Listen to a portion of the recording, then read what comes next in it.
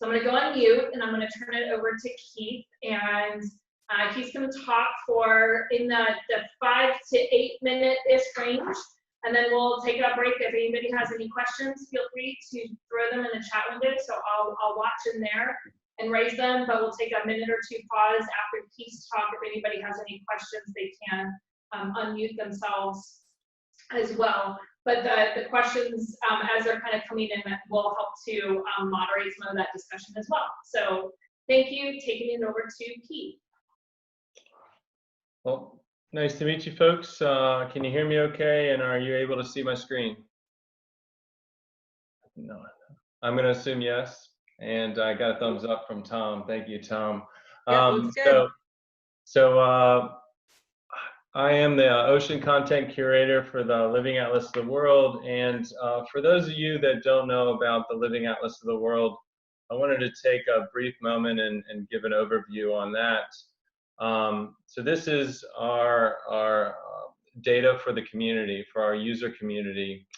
And it's not all information that's actually hosted and provided by Esri.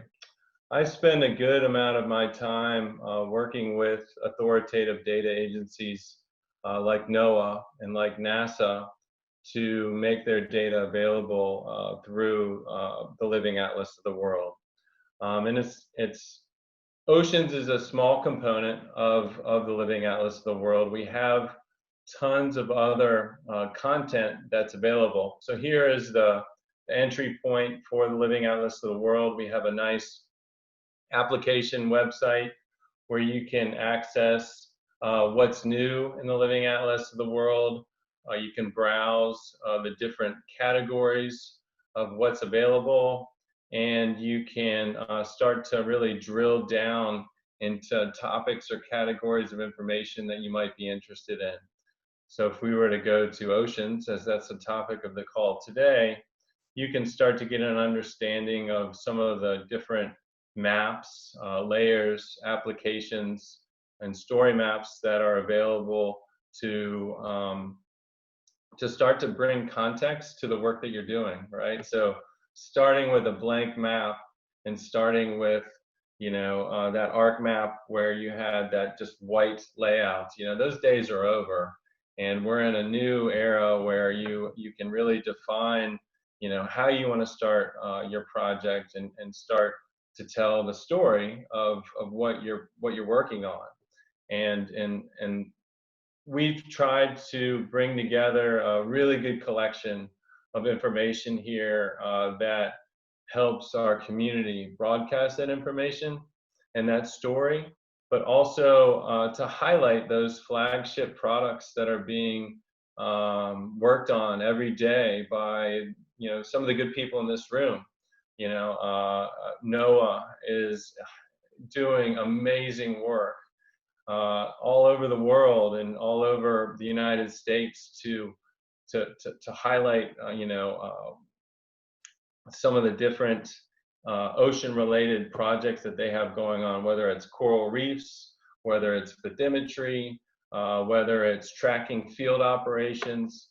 You know, there's content within the Living Atlas that can help highlight some of that. So here's an example of marine protected areas that are being curated and worked on by NOAA, and the owner of that information is this wonderful woman that works in Santa Cruz named Mimi Diarrio, and she has nominated this information to the Living Atlas of the World to make it easier to use, easier to access for the ocean community. And this isn't a static data set. This is a data set that, as Mimi grows it out, as MPA or marine protected areas are revised, she's updating this information. So if you were to add it to your map and you open that map, you know, tomorrow, and she's make updates, that would be reflected in your web map or even within your ArcGIS Pro project. So it's really cool to be able to connect with individual people that are working on, you know, their really detailed projects, and to leverage that, whether it's an exclusionary mapping project, whether it's, you know, doing site selection, or what have you, you've got these resources available to you to continue, to lean on and to use. So that's just one of the examples that's out there. We have a lot of different imagery layers. So if you want to understand what's going on the seafloor of the ocean, you can explore that. There's story maps to help tell stories of what's going on as well.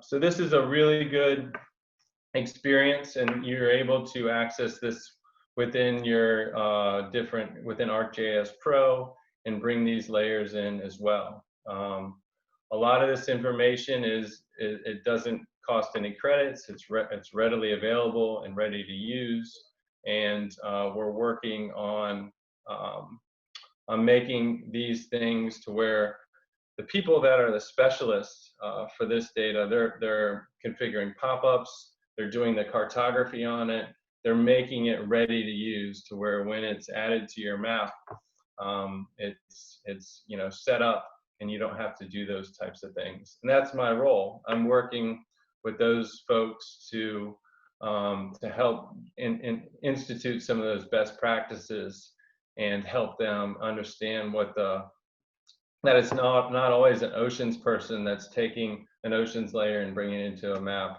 We need to describe what we're doing and make it understandable for a general audience. One of the things I want to highlight today, since this is an oceans related call, is we have this open data or hub technology where we're able to broadcast our information as well. So here's a site which any of you would have access to. I'll go ahead and make it available in the chat window as well, where we have a lot of these different applications that are being used by our community, different blogs that are focused around what's going on in the ocean, and story maps that are focused on the ocean as well. And another really important thing to highlight here is Arcgis Learn. We have tons of Learn lessons that are out there that are free for the community to access our software and dive in and go through a real world scenario where you can explore NOAA's deep sea coral database or interpolate 3D oxygen measurements in Monterey. There's over 400 lessons that are out there, and you have free access to our software that's needed to complete those exercises. Within this site, there's apps, blogs, different story maps, different Learn lessons, and different projects that we are currently supporting from an oceans perspective. So this is just a way that within this hub technology that you can broadcast some of the different content that everybody's working hard on. Our messaging and what we're working on, it's often hard to get out and share with people, and the hub is a nice utility for doing those types of things. So within this site, there's an opportunity at the top where if you're interested, you can follow these initiatives and you can see when updates are occurring and when different initiatives are taking off and what's going on with them. Some of the work that we're involved on here, for example, is we're currently supporting a project for the SDG 14.1, which is water quality and life below the ocean. And we're working with Blue Planet team, NOAA, the UN, to generate metrics for understanding coastal eutrophication. And we're using chlorophyll as a proxy to do that. So we've gone back and done a 20-year archive and analysis of data to highlight what the impacts are over a year holistically on the globe. And then you can drill down within this dashboard and see how those metrics apply within the different EEZs for the countries.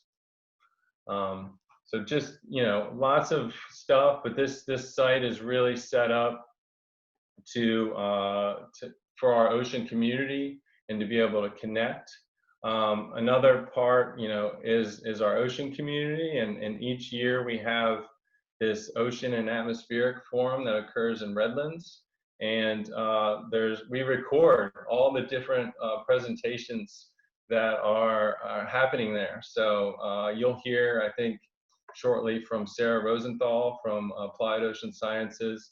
You can, if you don't catch everything that she says, you can go back here and find out more about what she's talking about and the really interesting work that they're doing with ocean sound. It's amazing, and how this can be broadcast to the community. So if you weren't there in person, you can go back here and learn a lot more.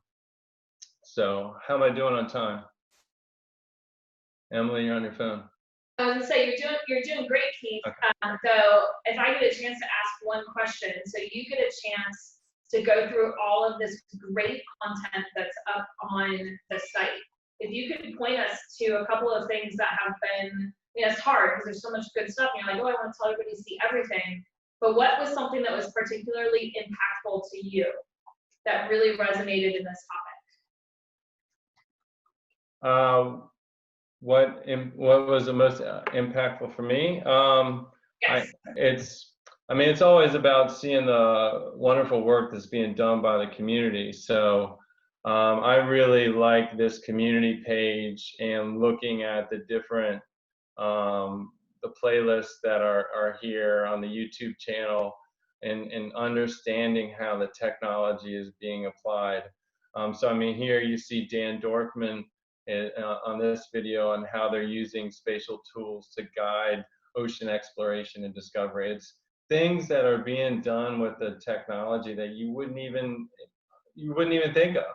And this is where I find it's my favorite part. So it's understanding that.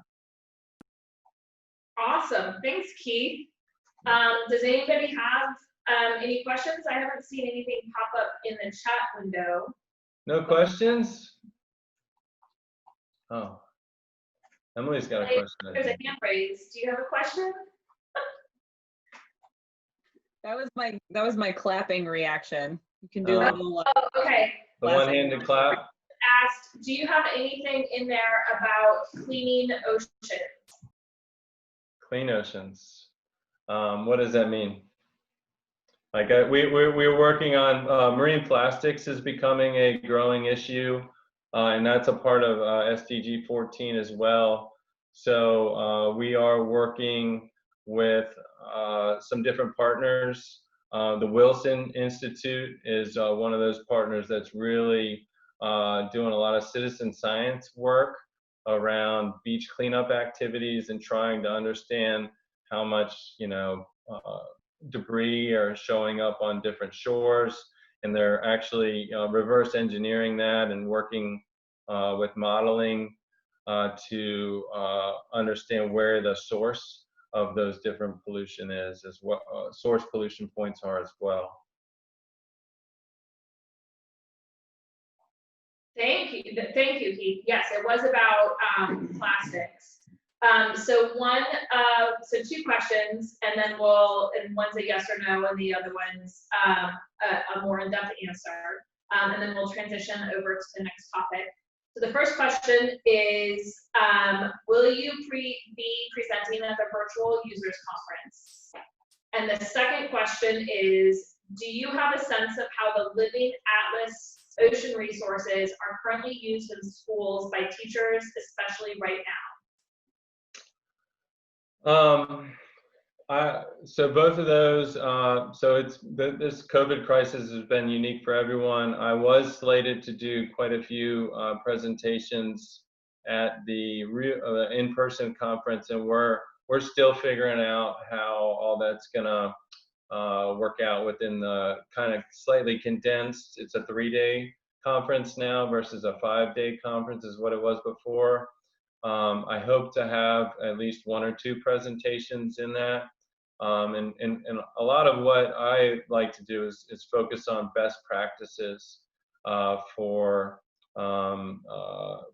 making the content available for the community. So I hope to be able to present on that.